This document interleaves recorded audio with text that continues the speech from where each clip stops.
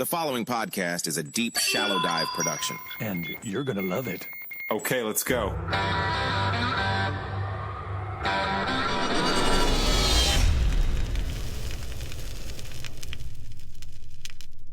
So I'll tell everybody about this in a second, but I just looked and we're at like 1.5 million views on that video. So anyway, listen, everybody, we got a viral superstar today.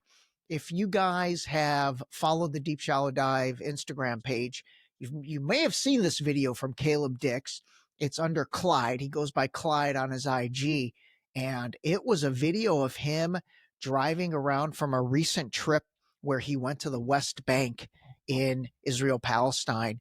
And so we're going to get into all that. But man, this video was crazy because it showed a unbelievable wall. And again, we're talking about the West Bank now. We're not talking about Gaza. So we're talking about the area that there's not supposed to be any war.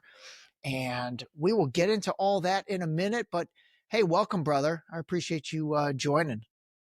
Yeah, thanks for having me on. No problem.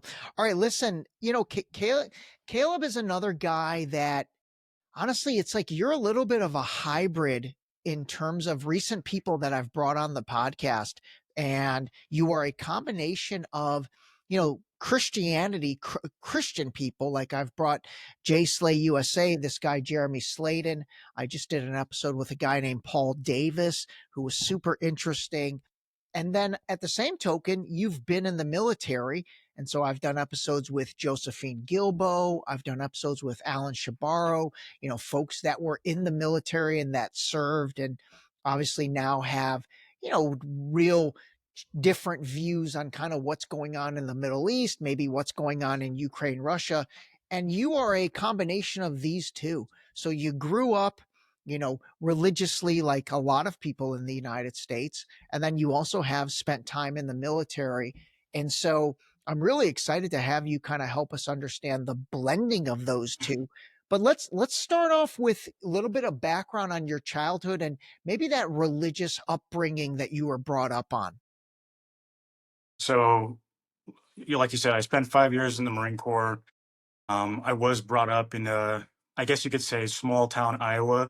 I grew up in Iowa. I actually grew up near the capital of Iowa, which is Des Moines, but I refer to everything in Iowa as small town. Yeah. But yeah, I grew up in a very strict, what I would call Judeo-Christian conservative household. So I had two parents growing up.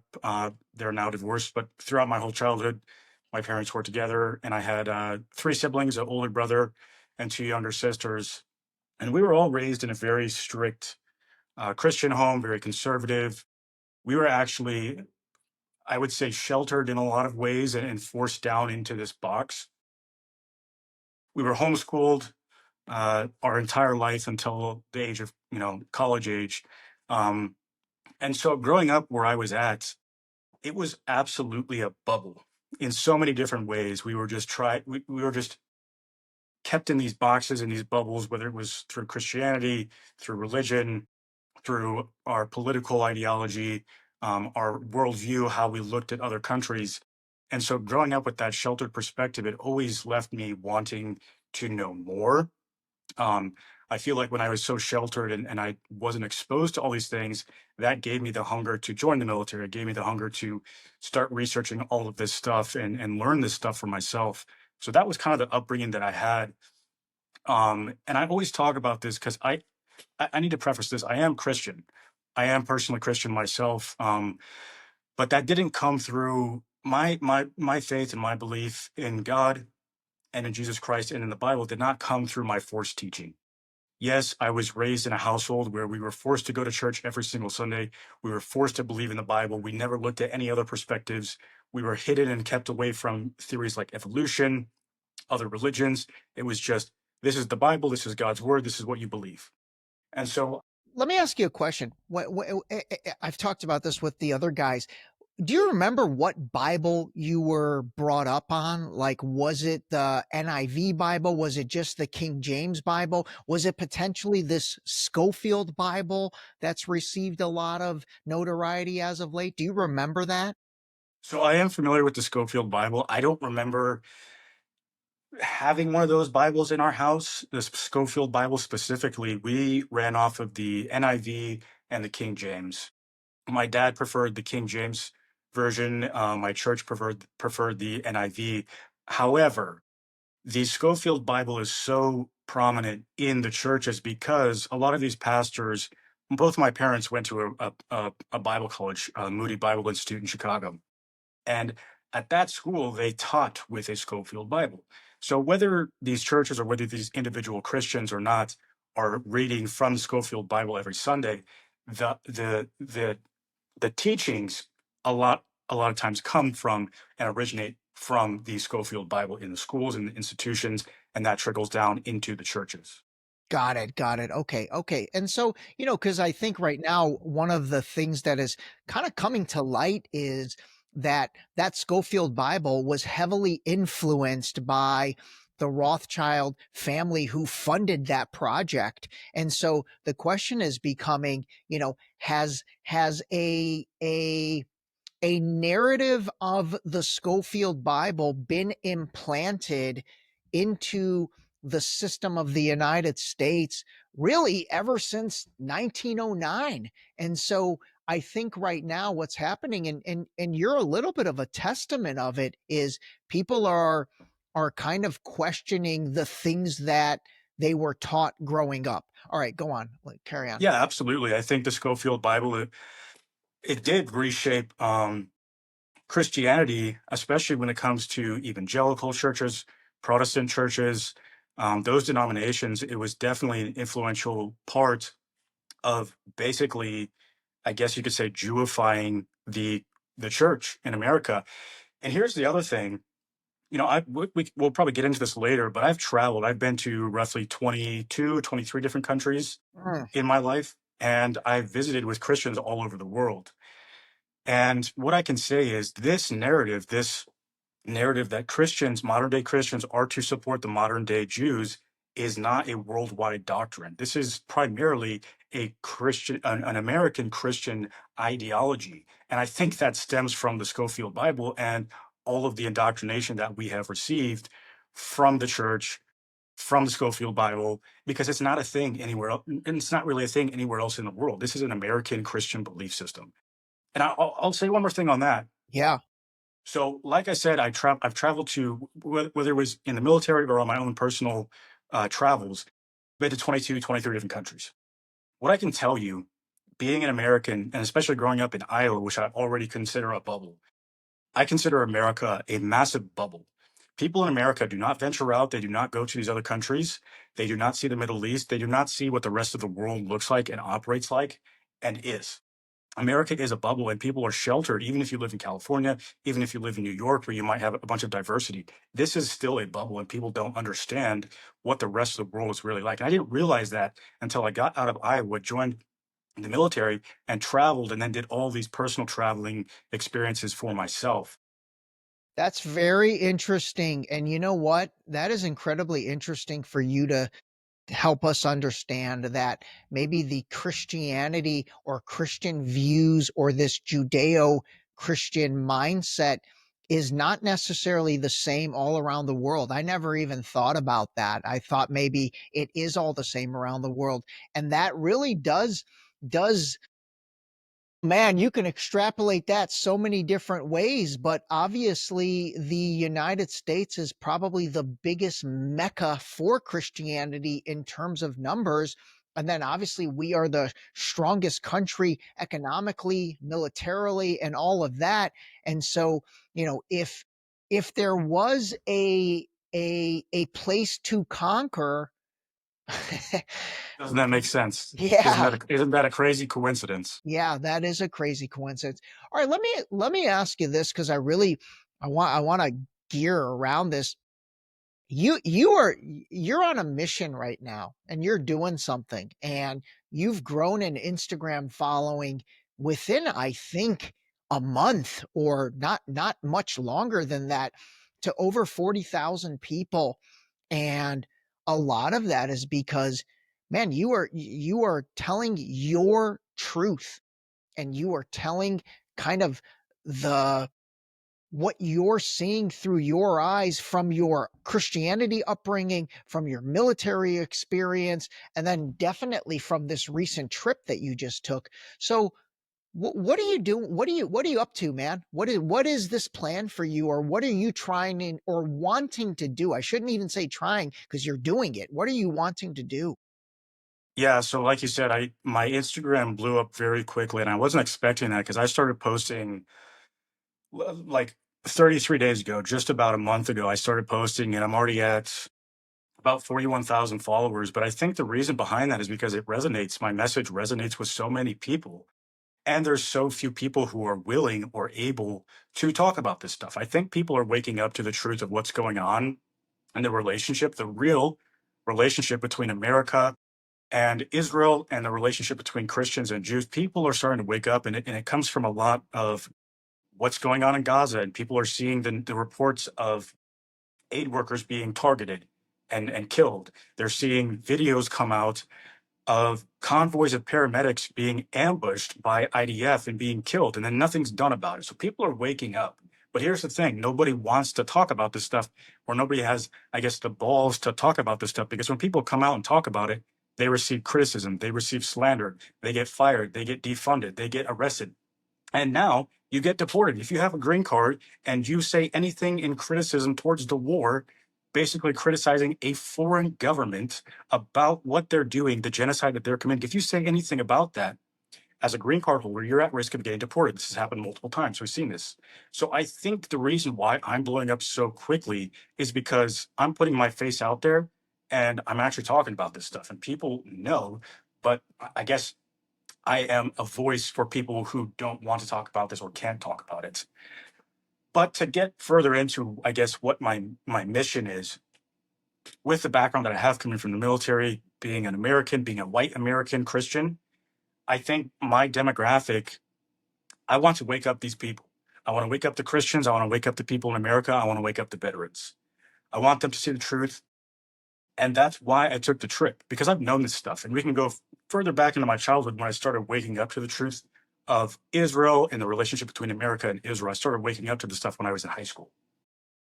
And we spoke about this the other day, but when I was 15, 16 years old, like I said, I grew up in this very strict Christian box in America, this bubble, and I wanted to know more about the truth of what's going on in the world. So I started going down these rabbit holes, and I started seeing all this stuff about Israel, and stuff like the USS Liberty, a naval ship that Israel attacked, a U.S. naval ship that Israel attacked, killed 34 Americans. Nothing happened. We didn't retaliate. Nothing happened. It just got swept under the rug. Things like that. Things like Benjamin Netanyahu pulling us into the invasion of Iraq, which we had no business being in.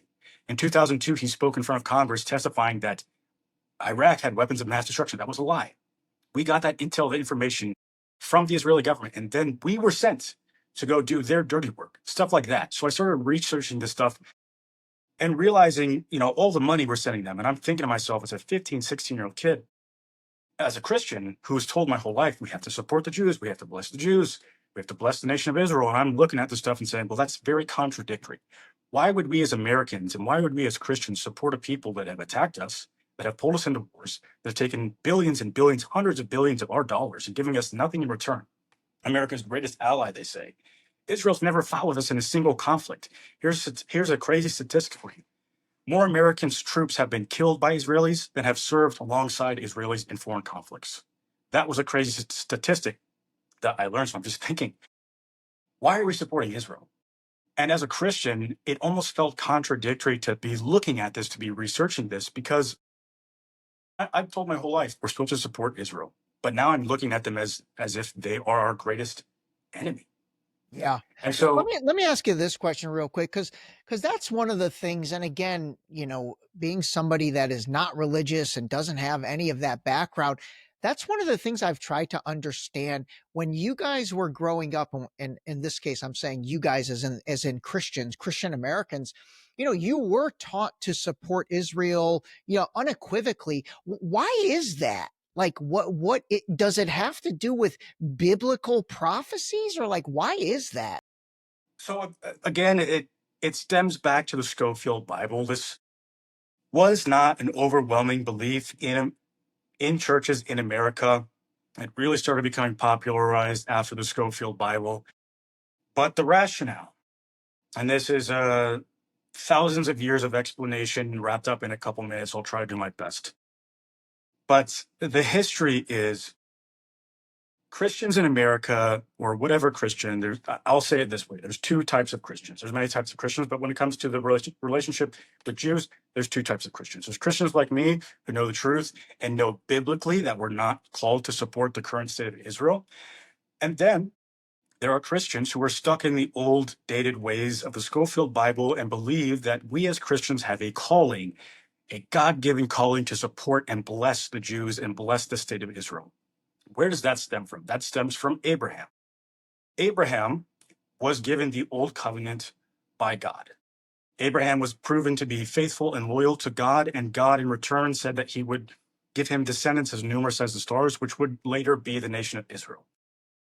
And God said to Abraham, those who bless you, I will bless. Those who curse you, I will curse. And so that's the verse, and that's found in Genesis.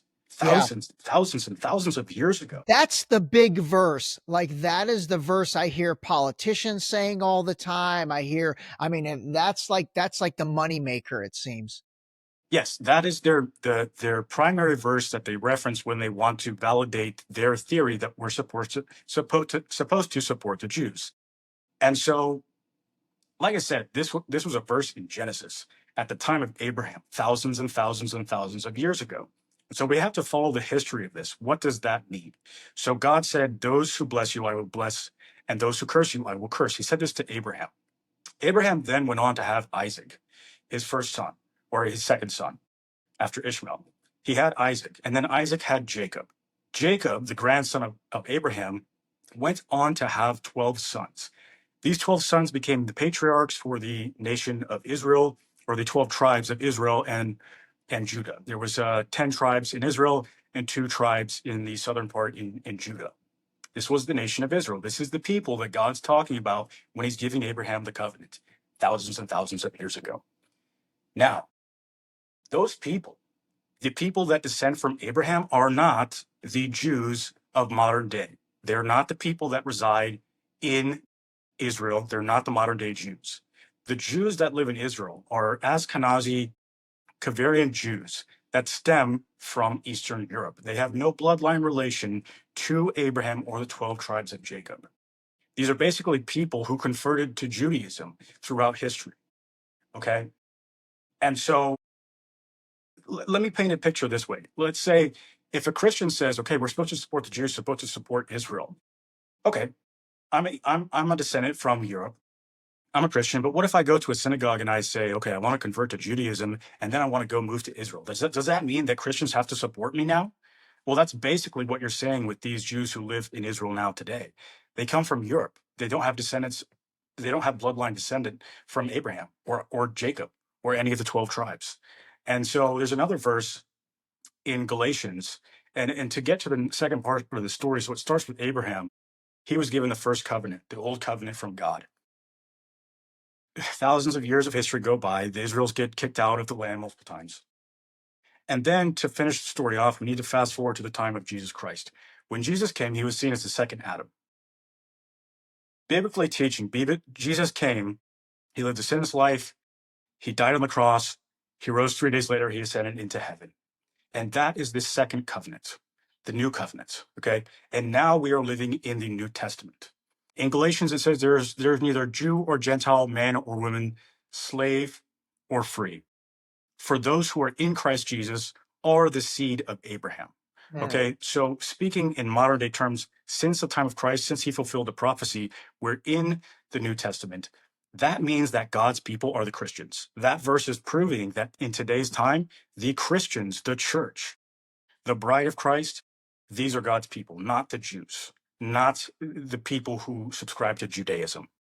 If that makes sense. That does make sense, actually. That actually makes a lot of sense, and honestly, that's what I'm hearing a lot of pastors now, Christian pastors who are really saying what you're saying, and it's almost going against, quite frankly, the narrative it seems that you grew up on and that several generations grew up on. So that's interesting.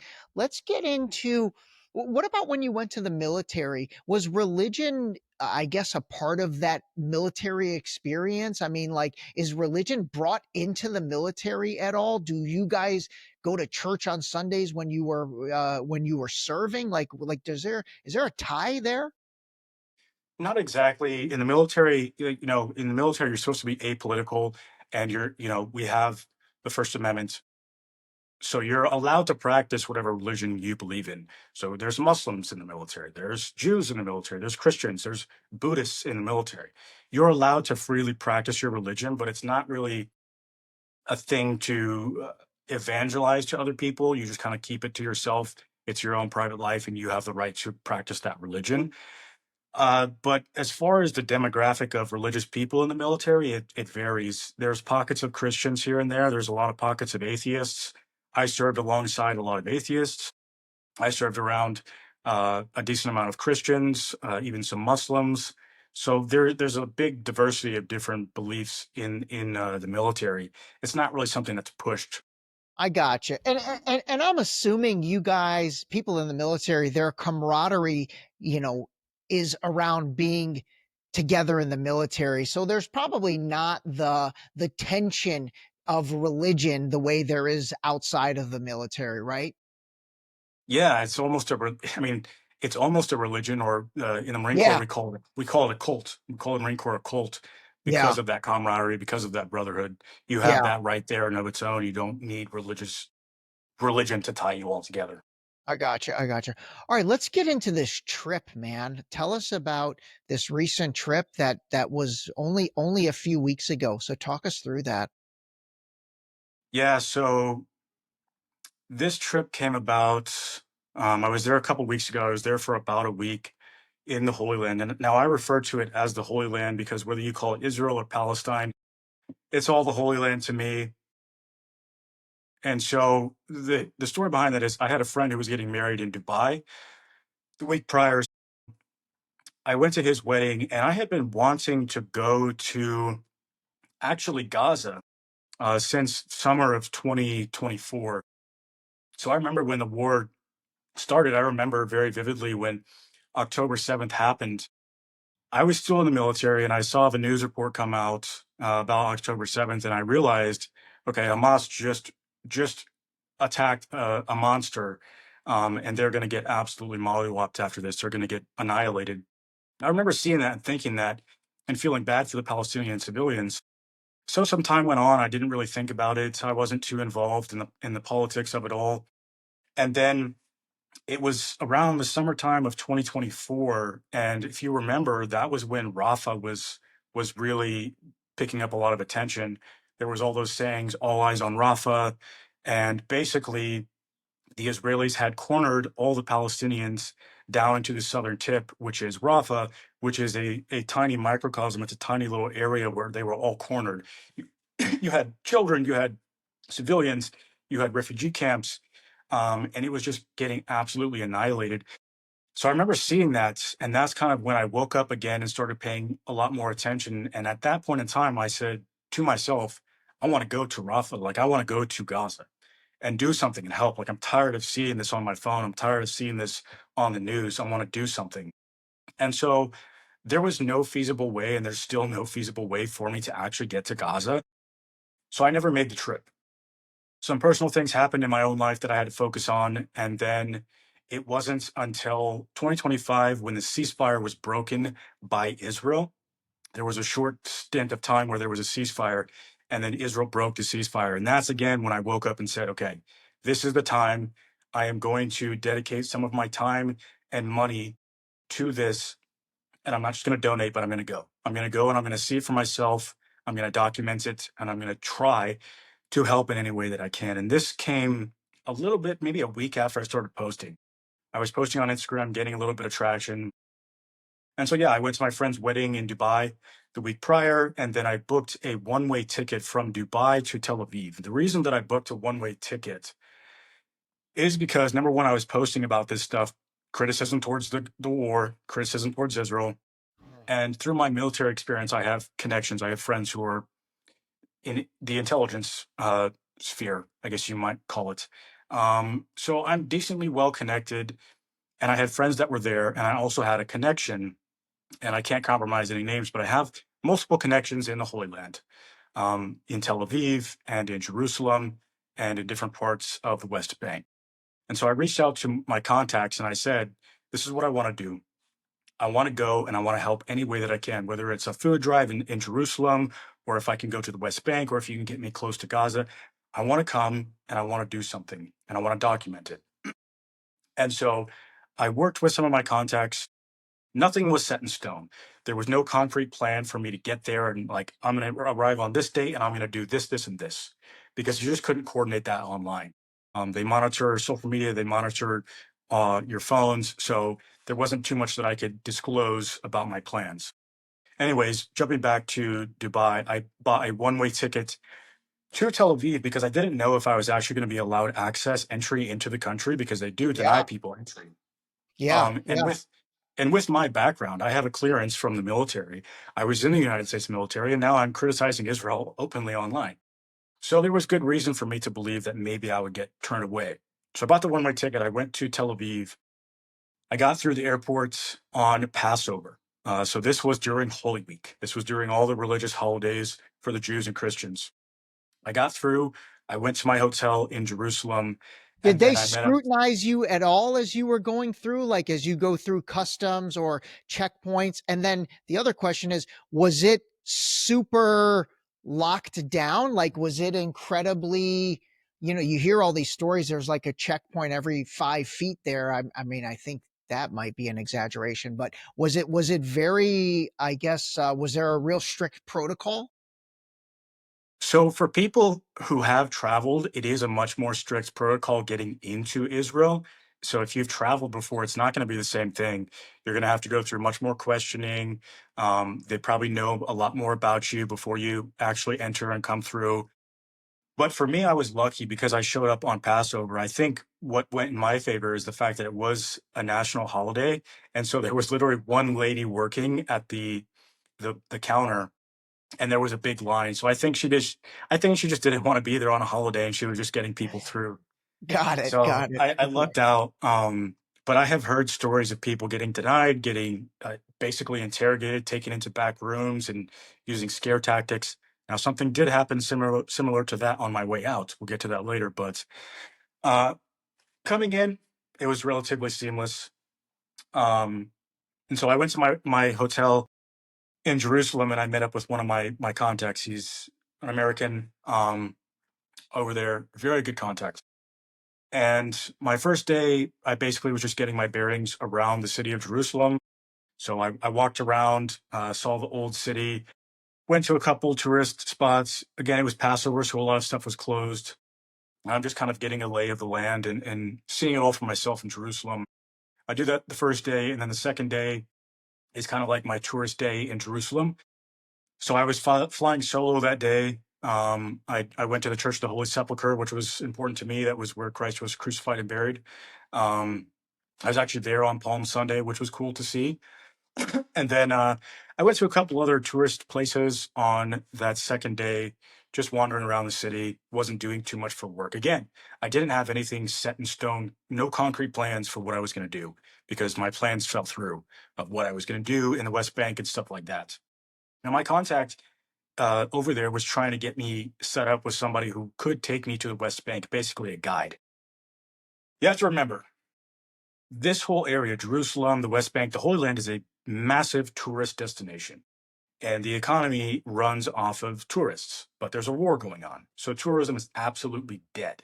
And I mean, so dead that if you've ever been to the Church of the Holy Sepulchre, I walked right in with no line. I walked right up to everything, no lines at all. There was barely any people there, tourist-wise. So I didn't know if I could find a guide that was willing to take me to the dangerous parts of the West Bank. So I was working with my connections over there. they had something loosely set up, but it fell through. And now this was on the second day that I was there in Jerusalem, and it was about 10 o'clock at night. And I had just left a gym. I went to go get a quick workout in Jerusalem. And I said, okay, I want to get some food, but I'm not eating at any Israeli places. I'm only eating at the Palestinian places. And so I have to walk back to the old city in Jerusalem and find a Palestinian place that's still open so I can get some dinner. So I go in and I find this Lebanese place. I go in and I eat there. And this is kind of where the story gets a little crazy, in my opinion. So I go eat at this Palestinian place, and it's like 10:30 at night. There's like four And older by the way, you're Palestinian. in Jerusalem, or are you in East Jerusalem? Like, I know East Jerusalem is Palestinian, but then is Jerusalem Israeli controlled? Or give us a quick lay of that land. Okay, yes. Jerusalem is technically Palestine. In 1967, the Israelis basically, I guess if you want to say conquered or took over a large portion of Jerusalem, but it's occupied Palestine. Majority of it is occupied Palestine, but Israel runs it. The government runs it. They own it. It's their city, more or less. But yes, you have a large amount. The majority of the people there are Palestinian. The majority are Arabs. So you have Palestinian quarters, you have an Armenian quarters, you have a Jewish quarters, and these are just areas that are sectioned off for each demographic. Okay, so yes, the east part is the Palestinian quarters, and that's kind of where my hotel was, and that's where I was hanging out most of the time. And so that's where I went to go get dinner that night. And Uh, is there a Christian quarter as well? Are there a lot of Christians in that area? yeah, so I don't know if I would say Christian per se, but there's Armenian and there's Yeah. Palestinian, and between those two, you have your Christians. So in the Got it. Jewish quarters, you don't really have Christians; they're Jews. They're just Israelis. You have your super strict Orthodox Jews and your more secular Jews that live in that area. And then in your Armenian quarters, you have a lot of the Christians, and then you still have a lot of Christians in the Palestinian quarter as well. But it's Muslims, it's Christians, it's Palestinians, or it's Muslims, Christians, and Jews, all living in this one little melting pot. Okay. And I know Um, you said tourism was kind of dead, but like during the day, I mean, is it a tense atmosphere, or is it like if I dropped in there, would I be like, "Whoa, this is crazy what's going on?" Or would I think I'm just, in Rome at the Vatican, like on a touristy trip? you would think you're in Rome with 20 times more Roman guards. Wow. Um, Okay. so you see the Magav, which I believe is their, I believe the Magav is basically their border patrol, border police. And then IDF, and then their local police. And you see these guys and girls, and they're conscripts. Most of these people are conscripts to the military. They have to serve a certain amount of time at a certain age, but also a lot of them stay in and a lot of them volunteer. But these are Israelis. If you are a Palestinian who lives there, you cannot be a conscript. You have to be a Jew, and you have to speak Hebrew, and you have to be Israeli. So those are the conscripts, and you have them all over the place. And they're Um, armed. They're walking around with a machine they're gun or armed. something. They have full kits, so helmets, headsets, body armor, rifles, pistols, shotguns. They're basically, I guess you could say, armed to the teeth. And they're everywhere. They're at all the tourist destinations. They're outside all the synagogues. They're near all the churches, all the mosques. You'll see them in every street corner. They're just everywhere. Um, and so, interesting thing about them, a couple times. If there's anybody from the military watching this, this will speak volumes to the incompetency of some of these people. But coming at it from a military perspective, I'm seeing all this militarization of this city. I'm looking at all these guys, and on probably 3 or 4 occasions, I saw a either IDF or Magav troop holding their weapon with their finger inside the trigger housing, their finger on the trigger, which if you're in the military watching this, these guys are con one or con three, and they're just sitting there with their finger in on the trigger essentially. So that if you're in the military, that speaks volumes to the incompetency of some of these people, and the lack of care. And we'll get into that later, the type of stuff that they do in the West Bank. but yes, it looks like a police state, it looks like a military state, but you have all these beautiful churches and mosques and historical and religious sites everywhere. Um, so I did spend some time in the Jewish quarter. I spent some time in the Palestinian quarter, and what I can say the difference between those two, and this goes along with all the Middle Eastern countries that I've been to. And I'm a Christian. I wear my cross around my neck everywhere that I go.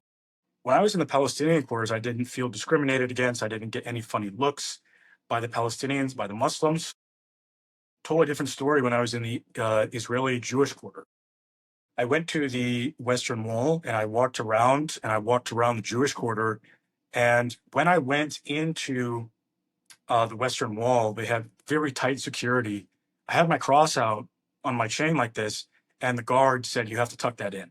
You have to tuck that in before you go into the area where the Western Wall is."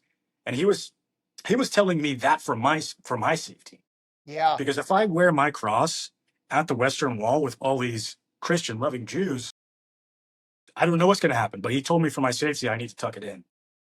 So I did when I went to the Western Wall, and then when I left, I pulled it out. I was still in the By the Jewish way, quarter. the Western Wall, is that famous wall that like seems like all the presidents go there to pay their respects? Yeah, they believe it's the Temple Mount, or what's left of the Second Temple. Oh, okay. Um, so it has a lot of religious significance to the Jews. And so they go there and they pray there. There was like hundreds. It was a sea. It was a sea of Jews at the wall. I walked in there. I was the only one who wasn't obviously a Jew, just in my regular civilian clothes. I had this hat on, literally, just walking around. And I got a lot of looks, but it's probably because I was just dressed differently. Anyways, when I left the Western Wall, I was still in the Jewish quarters, walking around the streets, and I pulled my chain out. I pulled my cross out, and I couldn't tell you how many eyeballs looked here and then looked here. Just kind of dirty looks, people giving me side eyes, people giving me dirty looks. Now, I didn't get spit on like some people think. People think that if Christians go there, Jews are going to spit on them. Nothing like that happened. I must say, I was never attacked or yelled at or spit on or anything crazy like that. But definitely, what I can say is I definitely did not feel welcomed when I had my cross out in the Jewish quarters. Totally different story on the Muslim, Christian, Palestinian quarters. The hospitality was unlike anything I've ever seen in my life, period, out of 23 countries that I've been to. Okay. Well, I mean, I don't even understand that. Like that's hard to make sense of from me. Like what you said earlier about, so did he tell you to tuck it in for your safety against Jewish people there, or even Christians would be mad that you're wearing a cross? I mean, maybe some Zionist Judeo-Christians, Okay, got it. the crazy Zio Christians might be mad, but no, it was for the Jews. Okay, Yeah, okay. so my safety going in there with all the Jews would not be welcoming for me, or possibly safe for me to go to the Western Wall with my cross out. Yeah. It's interesting. All right, Yeah. keep going, man. This is fascinating. Yeah. So back to what we were saying, I went to this restaurant, Palestinian restaurant. It's like 10:30 at night. I go there, I get my food, get some falafel, and there's like four Palestinian gentlemen, elderly, probably in their 60s or 70s. They're also at the restaurant eating and hanging out. And I finished my food, and it's probably 11 o'clock at night at this point. This is the day before that I had planned to go to the West Bank, but I had nothing set up. I had nothing concrete, no concrete plans set up for me to go to the West Bank and do what I wanted to do. And so I leave the restaurant, I walk out into the street, and I'm on my phone looking up Google Maps to go back to my hotel for the night. And one of the Palestinian gentlemen that was eating in there, he was outside having a cigarette. He walks up to me and like taps me on the shoulder, and him and I just start talking. And he's asking me, "Oh, where you from?" "Oh, I'm an American tourist. This is my first time here." He's like, "Oh, what'd you do? What have you seen?" I'm like, "Oh, I went here, I did this." And he's like, "Oh, what else do you have planned for your trip?" And I said, "Well, actually, I wanted to go visit some places in the West Bank." And we get to talking more, and this guy, come to find out, was a Palestinian Christian who had worked for the UN and retired from working for the UN. And so it starts to click in my brain that maybe I can ask this guy if he knows of any organizations or something that I can get set up with to go help and go to the West Bank. Yeah. And mind you, like I'm thinking in the back of my head, like almost counter intel my entire trip. I'm thinking like looking over my shoulder because of my background, because of what's on my Instagram. I'm thinking I need to look over my shoulder and stuff. So I'm not just blindly trusting anybody at first. But this guy tells me he's a Palestinian Christian, worked for the UN. So I'm starting to think maybe I can trust him. And I say, okay, I want to go. I tell him I want to go to the West Bank. I want to see these religious sites. I want to see these tourist sites. But my main goal is I want to see what's going on in the West Bank. I want to see the truth for myself. And if you know of any organizations that I can get set up with, maybe they can help me, maybe I can donate to the cause or something like that. He says, well, I don't really know of any organizations per se, but hold on. I know a guy. I know a guy who takes people to the West Bank sometimes. Let me give him a call. So he calls this guy. It was a family member of his. He gets him on the phone. They talk for about 2 minutes, and then he hangs up and he says, okay, follow me. He walks me down a couple blocks and he takes me to this guy's house at like 11 o'clock at night. This is 11 o'clock. I mean, you feel safe? Did you feel safe? In the Palestinian quarters, I Okay. felt completely safe. I felt more safe there than I did in some places in the United States. Very welcoming people, no issues there. And so this guy takes me to his family member's house at 11 o'clock at night. And this guy comes out into the street, shakes my hand, introduces himself, and invites me into his house. Like at 11 o'clock at night, just met me on the street. And like this is a testament to the hospitality of the Palestinians. And you'll hear more stories like this. But he invites me to his house. We go up. He shows me his house, beautiful house in Jerusalem, introduces me to his family. And then we sit down and we start talking. He brings tea. We sit down, we start talking. And I tell him, I'm an American tourist. I'm here visiting the Holy Land, and I want to go to the West Bank. And so he tells me, okay, I can do that. Like, I can take you to the West Bank. What do you want to do? What do you want to see? And again, like, I'm treading lightly when I talk to him. And I'm like, well, I want to go to Bethlehem. I want to go to Nazareth. I want to see these Christian sites and stuff and so on. And he's like, okay. And he's telling me, like, it's a little dangerous there, but we can go. And I'm like, okay, well, actually, you know, if you don't mind, if you're comfortable with it, I would like to see the dangerous parts. Like, if you're okay with it, take me. I kind of want to see, as well as an American here, I want to see what's going on. Like, I want to see where all my money's going to. And so I told him, if you're comfortable, take me to the dangerous parts. And he kind of leans forward and he says, okay, I can do that. I can take you. And he agrees to take me to exactly everywhere that I want to go. And I also told him that if you can coordinate it or get me in touch with somebody where I can help some Palestinians that are there, that would be great. And so he coordinated a meetup with 9 families for him and I to go visit with in the West Bank that night. Like, he stayed up that night and coordinated a situation where we could go visit 9 families that live in the West Bank, Palestinians. And so I go back to my hotel. He picks me up the next morning at about 8 a.m. and we go into the West Bank.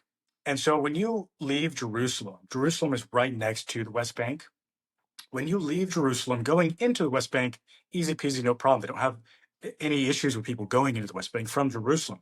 Coming out of the West Bank is a completely different story. It's like leaving a country with much more restrictions.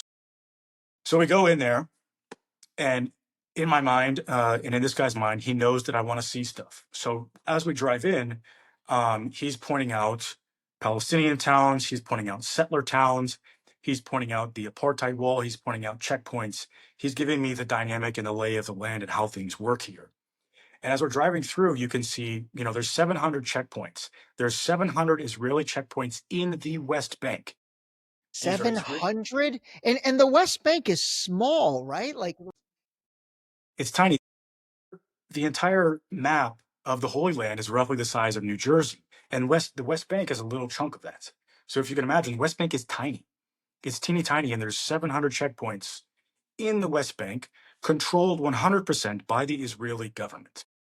And so he's telling me there's 700 checkpoints here. We might hit some checkpoints. When we drive past the checkpoints, he's pointing them out. I'm taking videos. I'm taking pictures of everything, documenting everything. And you can see up on a hill, you would see a Palestinian neighborhood, which was just super run down. And you could see parts of the buildings were knocked down by bulldozers. And it just looks like a bad neighborhood, like run down neighborhood. And then over here on this hill, you have a brand new, very nice Israeli settlement, illegal Israeli settlement, because this, again, is the West Bank. This is Palestine. There's no argument here about, is this Israel? Is this Palestine? Jerusalem? Is it Israel? Is it no? This is the West Bank. This is Palestine. No questioning it. You can ask the UN. The UN will say, this is Palestine. It's occupied by Israel, but this is Palestine. And the Israeli government controls it 100%. So I'm seeing these Israeli settlements all over the place. And basically what they will do and what they've been doing since 1948 is they're just encroaching further and further into Palestinian land. And so what they will do is they will knock down Palestinian homes, level entire neighborhoods owned by Palestinians, and then they will build atop that their Jewish settlements, their Israeli settlements. And these are Israeli civilians. And in some cases, these are American Jews that move there and are incentivized to move to the West Bank and prop up in these settlements. And the settlers are subsidized by the Israeli government. These people don't work. The Israeli government subsidizes and pays for their entire lifestyle.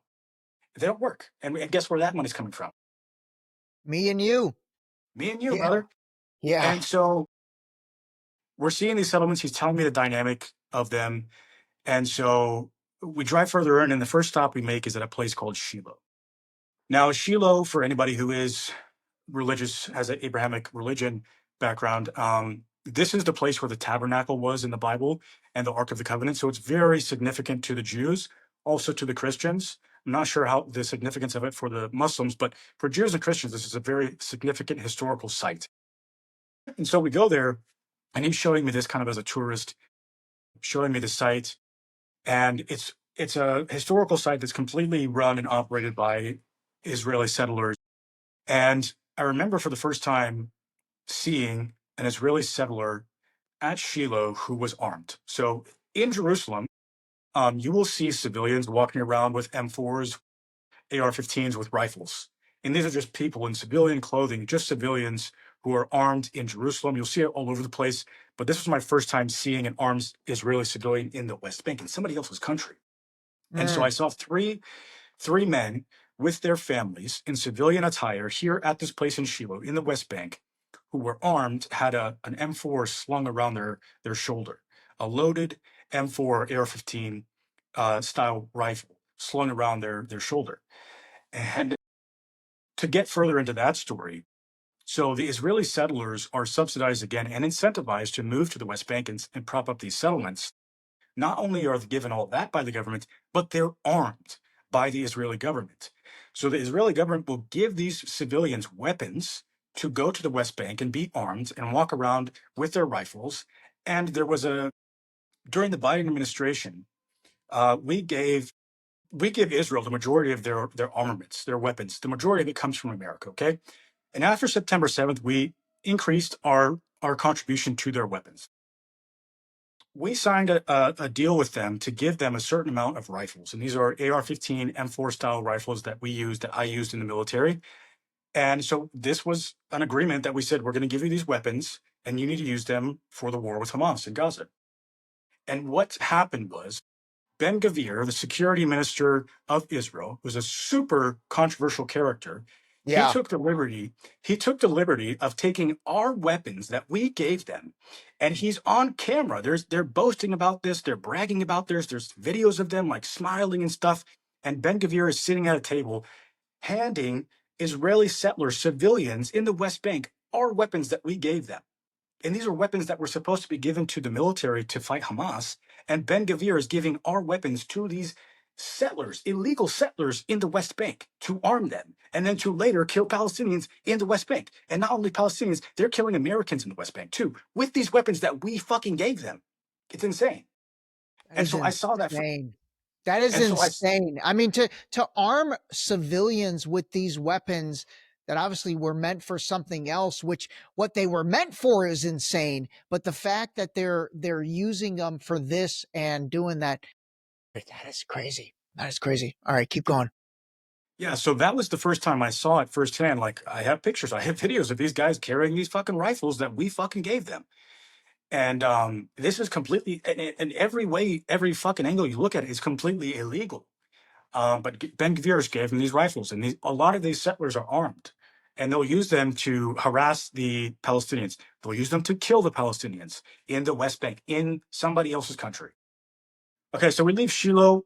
The next place we go to, and again, I told my guide, I said, take me to the worst parts you can think of. There are three main towns in the West Bank that are the worst.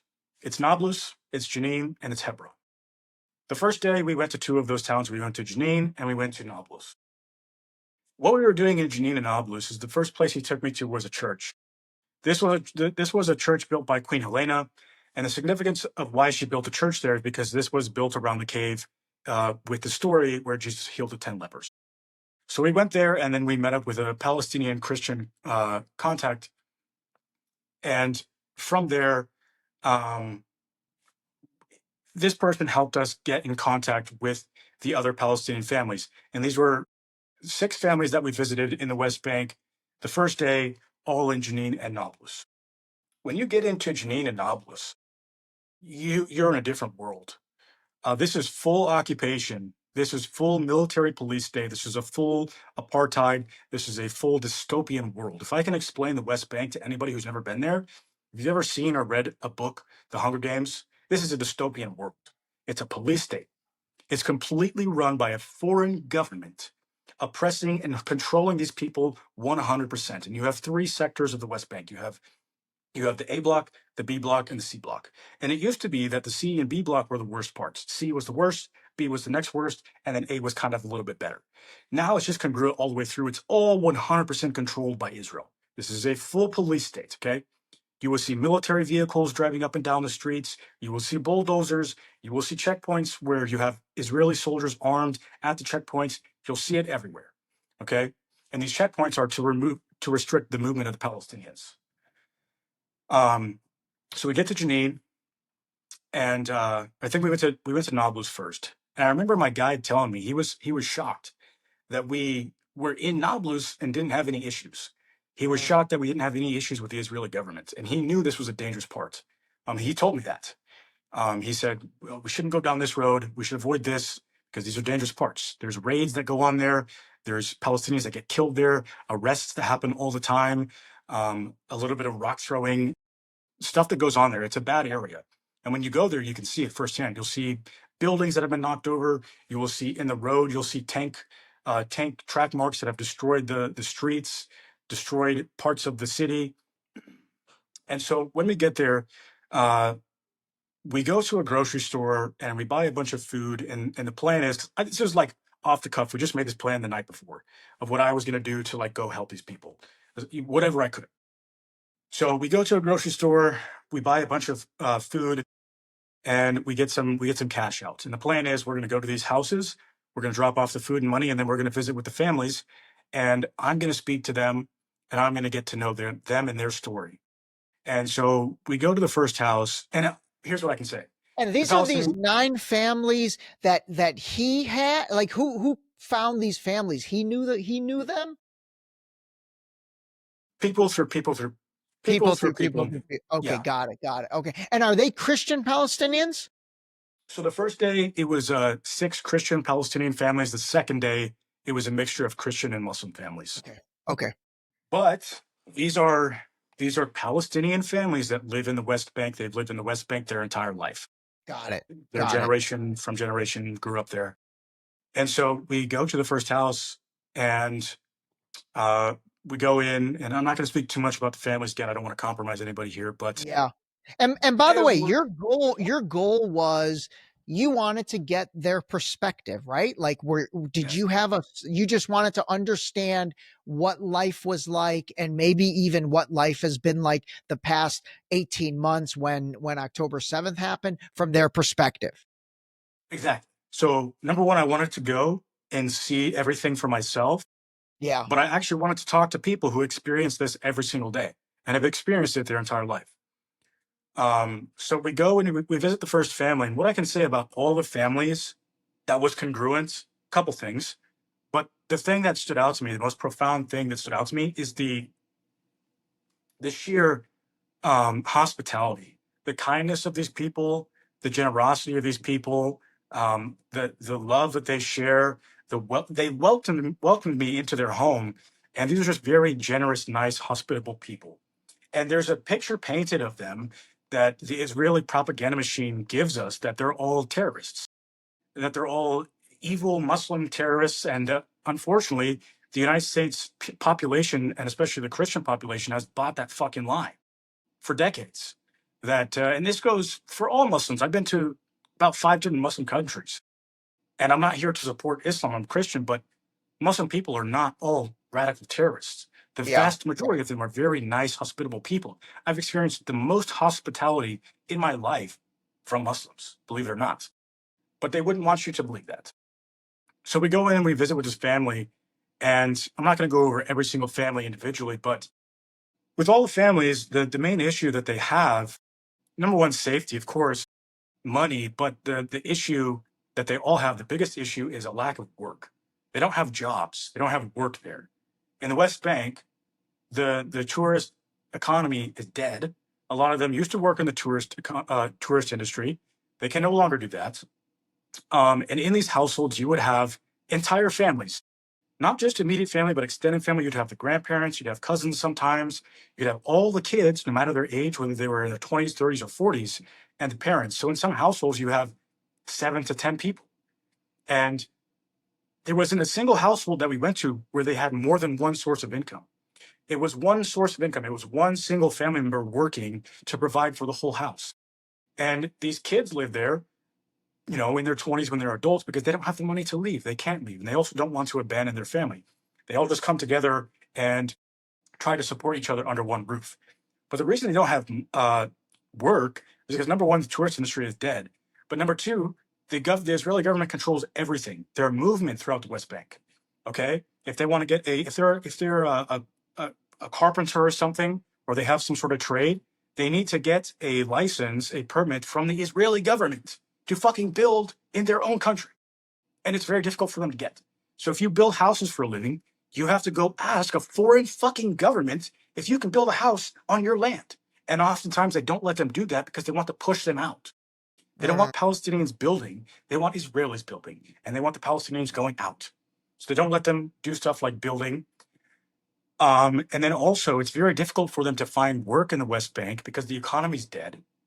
And if they want to work outside of the West Bank, they have to go to Jerusalem. It's next to impossible for a Palestinian to get permission from the Israeli government to leave the West Bank to go fucking anywhere, especially Jerusalem. And so if there was one case, one woman that I met in all the 9 houses who had permission to work in Jerusalem. She was like a cleaner or something like that, a maid, and she worked in Jerusalem. But everybody else had to find ins and out jobs in the West Bank. And let's say you live in Nablus, but you want to work in Bethlehem. Shouldn't be that fucking far away. This is the West Bank. It's teeny tiny. But if you want to drive from Nablus to Jerusalem, it might take you 15 minutes with no traffic, but there's 700 fucking checkpoints in the country. So it might take you 2.5 hours just to get to fucking work. And that was something that I heard. Stories that I heard where people had to take back road, fucking desert, off-road tracks to get to work, and it took them 2.5 hours just to get to work. Stuff like this. So it's very difficult for these people to have jobs.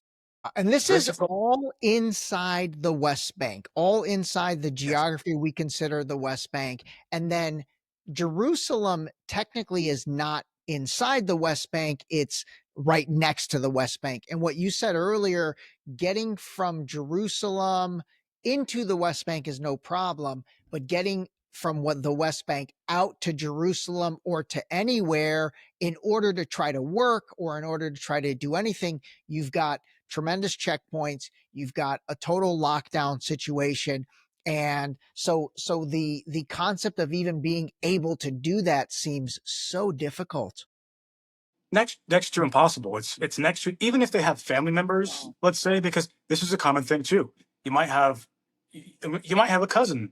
If you live in West Bank, you might have a cousin that lives in Jerusalem, but you can't go visit them. If your grandma's dying on her deathbed in Jerusalem, you can't go to her funeral, stuff like that. That stuff is just normal life. That's crazy. I didn't know the West Bank was locked down like that. I thought Gaza was locked down like that. I thought all of the open air prison talk and all of the, I guess the things that I've heard, I thought that was more applicable to Gaza. So it's fascinating to learn that the West Bank is exactly like that, because I thought the West Bank was, technically controlled by the Palestinian Authority, the PA, who again I think is in cahoots with Yeah. Netanyahu anyway. So okay, maybe And that does and make it's sense. interesting that you say that. I do believe the same thing, that they are a little bit corrupt and in cahoots, if you want to call it that. But to play devil's advocate, they kind of get their arm twisted by the Israeli government. They're not going to get funding if they don't follow orders, if they don't do what they say. So in a way, yes, they might be corrupt in some ways, but again, the Israeli government is also twisting their arm. The PA, the PLO, which is the governing body for the Palestinians in the West Bank. Again, Hamas, who we're fighting, is in Gaza. They're not in the West Bank. Yeah, yeah. So why do we have How this far is military occupation in the West Bank? how far is the West Bank from Gaza? Do you have any idea? It's on the complete opposite side of the country. So Gaza is on the west coast, bordering Egypt and the Mediterranean, and then the West Bank is all the way on the east, and it borders Jordan and the Dead Sea. Got it. Yeah, yeah. Are they So like 3 hours apart? Maybe like a few hours apart, though, few right? hours, three or 4 hours, yeah. Okay, got it, got it, got it. Um, Okay, okay. So let me ask you this. Wow, dude, what an incredible trip. Oh my goodness. So the collective themes that you can pull out, because I don't want to talk about any of these families specifically, but the collective theme from all 9 of these families was, difficulty finding work, if any. And then are they happy? Like, is there general vibe in the household? I don't know. Are they just so depressed, or are they, I don't know, somehow happy? it's a mixture of both. I mean, when I visited them, they seemed joyful. Obviously, they're living in severe oppression. They're living in a dystopian world under the oppression of a foreign government. But yeah, they're generally happy. I mean, that's the consensus that I pulled from them when I was there. But again, you hear their stories and how they've had family members killed by the IDF, how they can't work, how they get arrested for taking pictures of tanks, how they can't leave their town at certain points in the day, or they're locked in their towns for days on end because the checkpoints are closed down, stuff like that. So yes, they're depressed, they can't work. You would have children who were in their 20s who had a degree. There was a one girl who she had a nursing degree, but she never worked, and she was like 24, and she couldn't work. She couldn't work anywhere. She couldn't work in Jerusalem. There was nowhere for her to work in the West Bank, and she wants to work. She wants to, like, she's pursuing this stuff in life. She got her degree.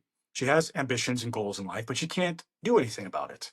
And so, yes, because of that, of course, they're depressed. There's a lot of issues that they're dealing with, and it's just the whole occupation is trying their best to make the Palestinian life as miserable as possible. And there's other instances I can give you of this being factual. The Palestinians are only, and this is since September 7th. So before September 7th, it did get worse since the attack. But relatively, it's always been bad, always been terrible. But Since October 7th, you excuse mean? me, yes, Okay, got it. Yeah. October 7th.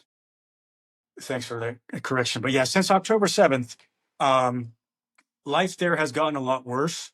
And one instance I can give you of that is, so the Israelis control their water supply, and they only give the Palestinians water once a week.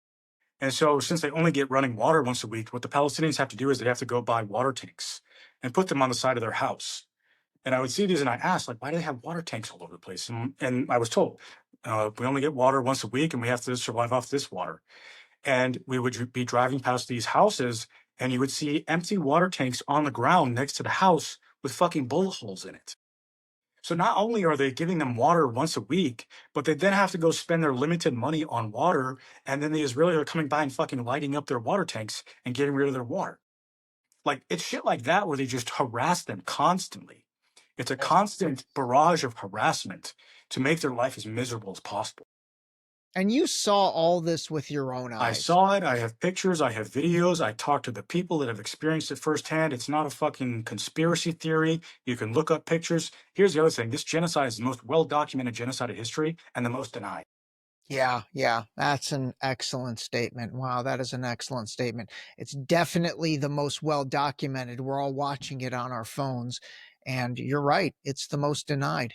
Wow. All right, listen, let's do this because I know you're a little bit pressed for time today. I wanna do a follow-up with you where I wanna dig into more of the exacts of that trip, and then I also wanna kinda get back to your military a little bit. But let me ask you this, was there any issues getting out of the West Bank that day? And then any issues in getting out of the country? So yes, that's yeah. We should do another call because we could talk for days about all this Yeah. stuff. But yes, when I left, there's two airports that people fly out of when you're in the Holy Land. You either fly out of Tel Aviv or you fly out of Amman, Jordan, which is about, depending on what road you take, 2 to 4 hours from Jerusalem. So, because again, my background, the fact that I was speaking out on Israel publicly online, and the fact that I was there in the West Bank documenting this, I figured I'm probably going to have some fucking issues when I try to leave here. So I'm not going to go through Tel Aviv and get fucking interrogated and get my phones confiscated and all this stuff. So I decide to book a flight out of Amman, Jordan. And so I tell my contacts there, I'm like, okay, I'm going to book a flight out of Amman, Jordan, and that's where I'm going to leave from. Would you recommend that? They said, yes. If you go to Tel Aviv, you're definitely going to get questioned. You have to watch out for this and this. You might get held there for hours. So you should try to go out of Amman. And there was two border crossings that you can leave in the West Bank, leaving the Holy Land into Jordan. One of them is closer. It's about 2 hours total drive from Jerusalem to the airport. But I was told that this crossing is a little bit more sketch, and they only open at 8 a.m. and I'm leaving at like 12:10 in the afternoon. And so I was told you're going to have to go all the way up north and go around the longer routes, but it should be safer for you. So I take that route. I leave my hotel at 5 in the morning today. I'm going to leave. We go to the border crossing, and it's closed. We get there at like 6:45, and it's closed. This really Humvee pulls up with some guys, and they say the border doesn't open until 8:30. So I had to sit and wait in the desert for like 2 hours till the border opened. Eventually, the border opened. I walk through, or not, I don't walk through, but I walk in, and I go into the building, and it's just me and a bunch of Jordanians crossing. So I'm the only white guy. I'm kind of sticking out like a sore thumb. And so I go up to the counter with this lady. I give her my passport. She asks me the first barrage of questions, which is like your standard, entry exit of country questions. Who are you? What are you doing here? Where did you visit? Where did you stay? Blah, blah, blah. How long were you here? All that stuff. And then she just keeps going further and further and further and further and further into the questioning.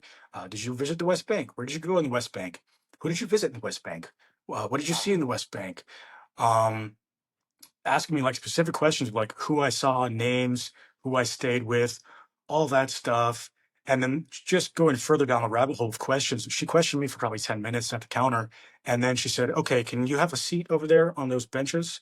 And I'm like, sure, can I have my passport? And she's like, no, I'll hold on to this.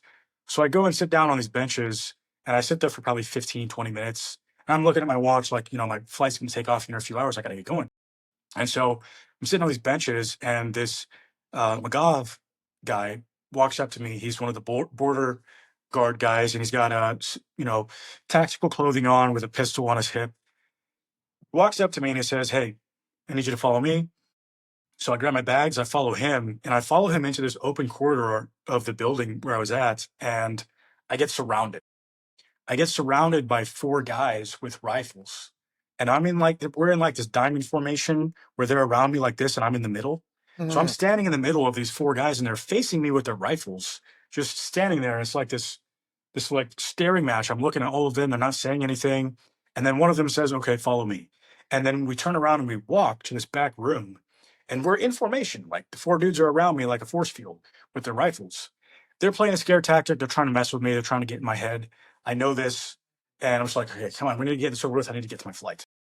So we go to this back room, and it's a kind of a big room, and they've got these metal detectors for my bags. I put my bags in there. They check my bags. They take my bags out. They put them on a table. They open up all my bags, my backpack, my suitcase.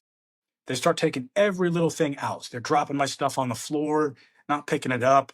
They're opening up my little paper bags that I have my gifts in, all this stuff, asking me, what's this? What's this? Opening up literally every compartment in my backpack and my suitcase. And then they kind of like throw my shit back in there. I'm picking up my stuff off the ground. They give me my bags. Then I go sit down on another bench. And this guy's standing next to me, like facing me with his pistol, just standing there, like I can't leave. And then this lady comes out with my passport. I'm thinking, okay, thank God. Like I'm done. I can leave. I need to catch my flight. She comes out with my passport and she asks me another series of questions for about 10 minutes. Asks me these questions. I'm still sitting there. And then she leaves with my passport, goes back to the back room for another 10, 15 minutes. And then finally she comes back out with my passport and she's, okay, you're good. You can go. And I had to go back around and get back in line to go through the border. Eventually, like I missed my flight in Amman. This is the whole You missed your flight? You I missed missed your my flight in Amman. I missed my flight in Amman, and I got stuck in Amman for 24 hours, which is a whole nother side quest story too. But yeah, so that was the story of me leaving. So for anybody who wants to go, I don't know. People have asked me, like, should I leave from Tel Aviv? Should I leave from Amman? I'm like, I don't know. I don't know if any part is better. You're probably going to get questioned and fucking interrogated anywhere you go. Oh, man. All right. We're going to do another episode together. We have to get into a bunch more stuff. Overall, though, I will say, man, this has been eye-opening for me, and I know it's going to be eye-opening for anyone that watches it. All right, everybody. I hope you appreciated the raw authenticity of this. Stay on the line, Caleb. We're going to have a part 2 to this. This episode was brought to you by the new book, Deep Shallow Dive Into You, available now on Amazon and Barnes & Noble in hardcover and paperback. Don't forget to sign up for our new mailing list on our website at deepshallowdive.com.